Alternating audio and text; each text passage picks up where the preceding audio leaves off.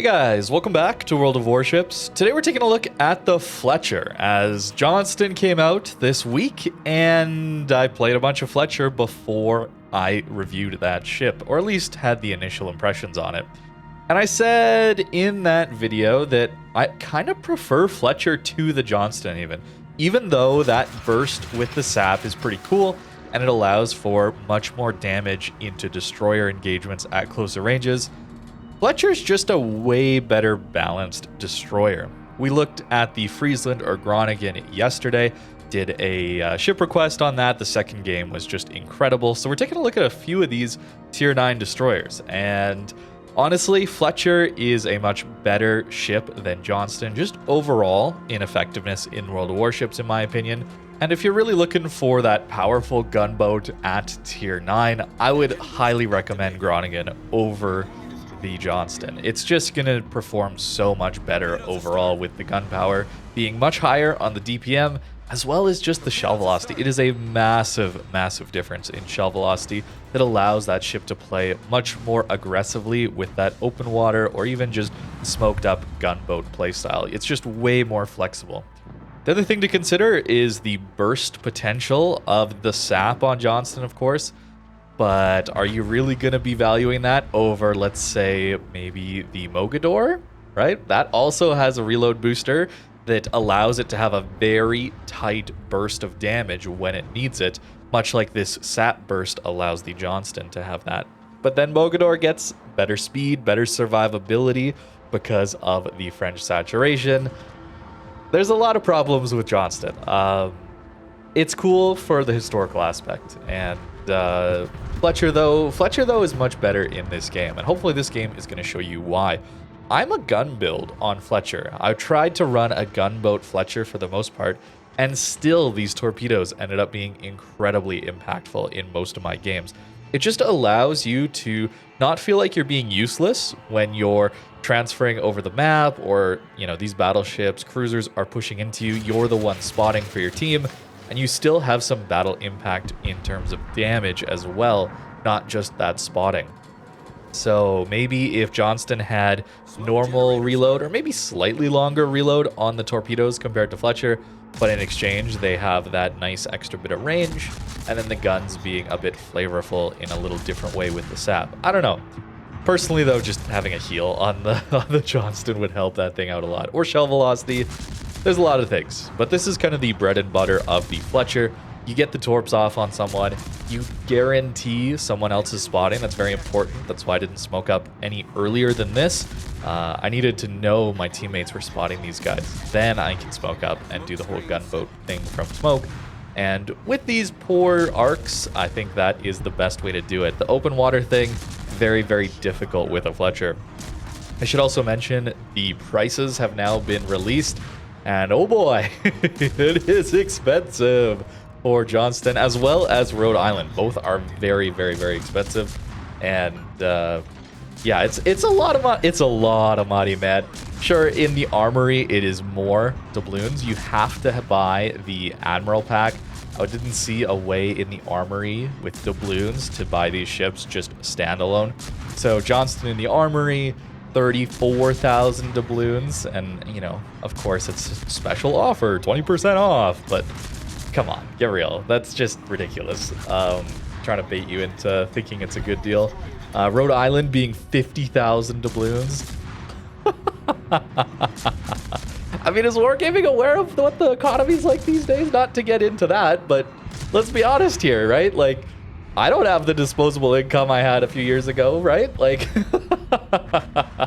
at least in the premium shop, if you're looking for these and you have the option and you're just going to buy the doubloons for real money anyway, sure, if you got a bunch of doubloons loaded up, maybe it's better in the Armory. But if you're just spending the money outright anyway to get the doubloons from the premium shop, just buy the ship from the premium shop. Johnston there is available just standalone, as well as Rhode Island.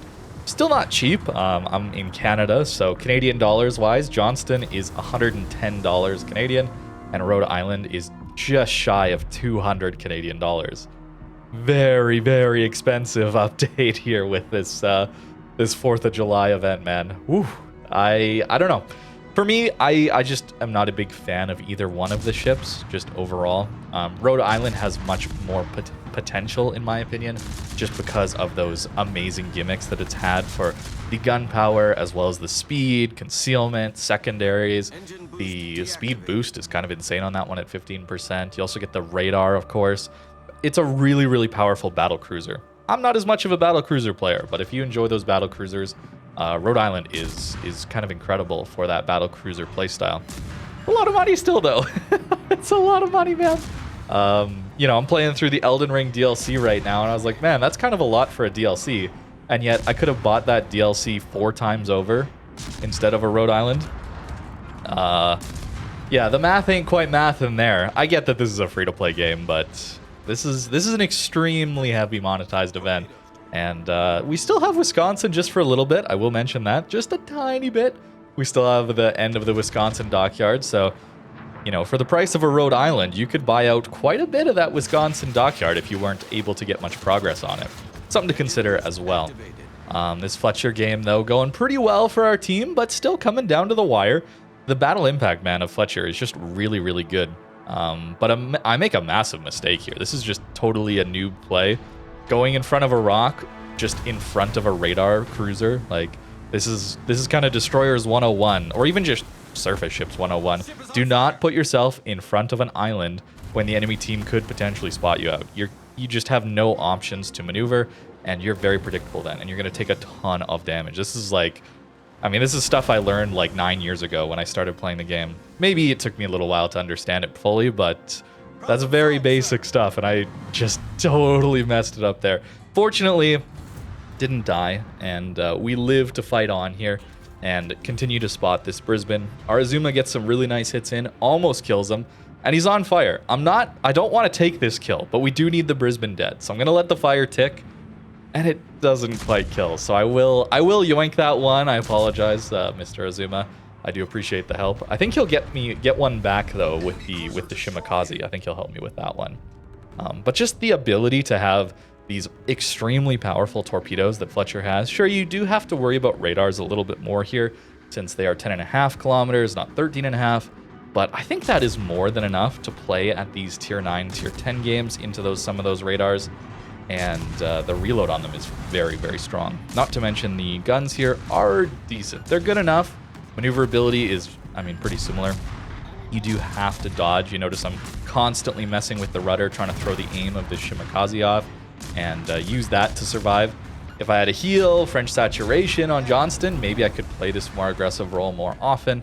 But as it stands, you really have to wait for the right timing to go after the destroyers like this to fully commit.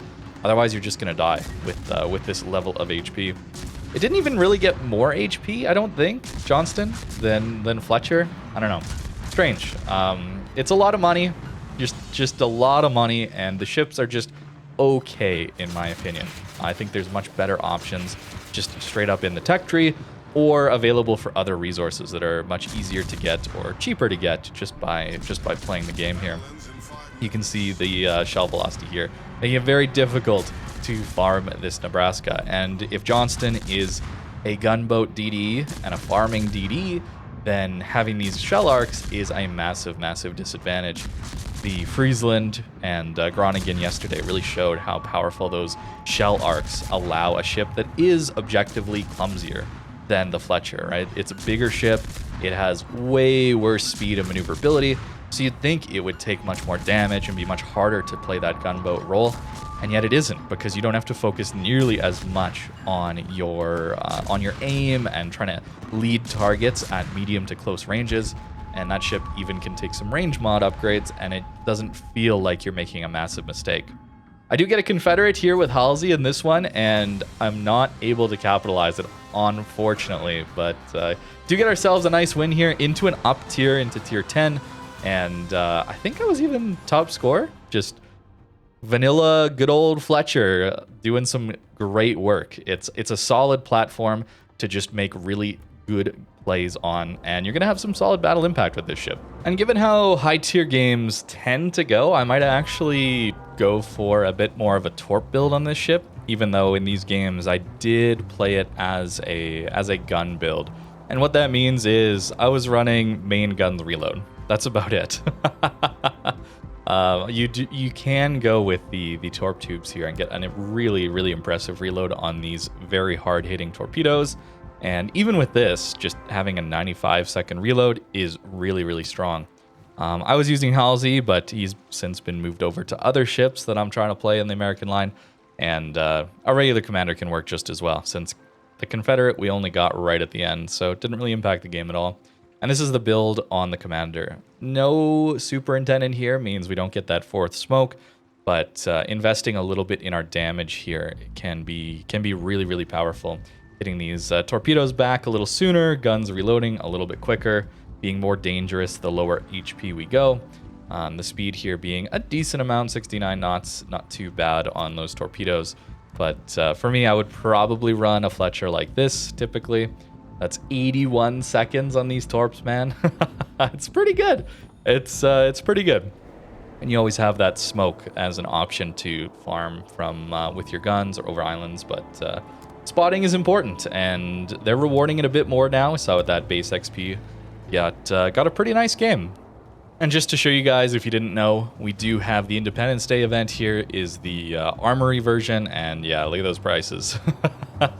It's that Admiral pack that you have to buy. I didn't see any way to just buy it normally, at least in the Armory. But if we go over to the premium shop here, and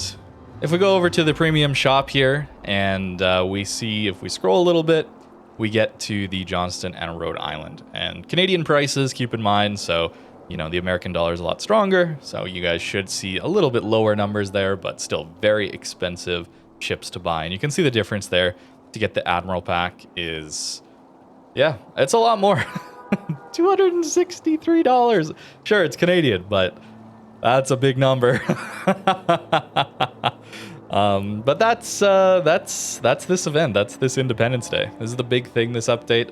I guess there was a bunch of other monetized events. Yeah, not too happy with this update overall, just being so heavily monetized. We did get some really good content, though, previously that we should remember. Wisconsin Dockyard being excellent overall, so, you know, I guess I can let it slide that a heavier monetized update with a little less value comes out after, since I guess we can't have that level every single time. But that's going to do it for this video today. Looking at Fletcher just a little bit. It's a pretty solid DD these days still, and a fun one to play, if not a little bit power crept, just because the way high tier goes. Tier 9 into super ships, it's going to be a little rough with the Fletcher, of course. And if you're looking to learn destroyers, I still probably would recommend you go with the British line first, even though these American destroyers are also very good all-rounders. The nice thing that the British DDs have over these American ones is that they get faster smoke cooldowns, so you can use them as a bit of a safety that allows you to make a mistake and then pop your smoke, whereas you're much more committed to the smokes on the American line, as well as having a heal at higher tiers, of course, allowing you to make mistakes and come back from them, or play more aggressive and really force your way through with a gunboat build and then heal up afterwards, much like Johnston might want to do. Okay, enough cheap shots at the Johnston. That's going to do it for today. Thank you very much for watching, and have a great rest of your day.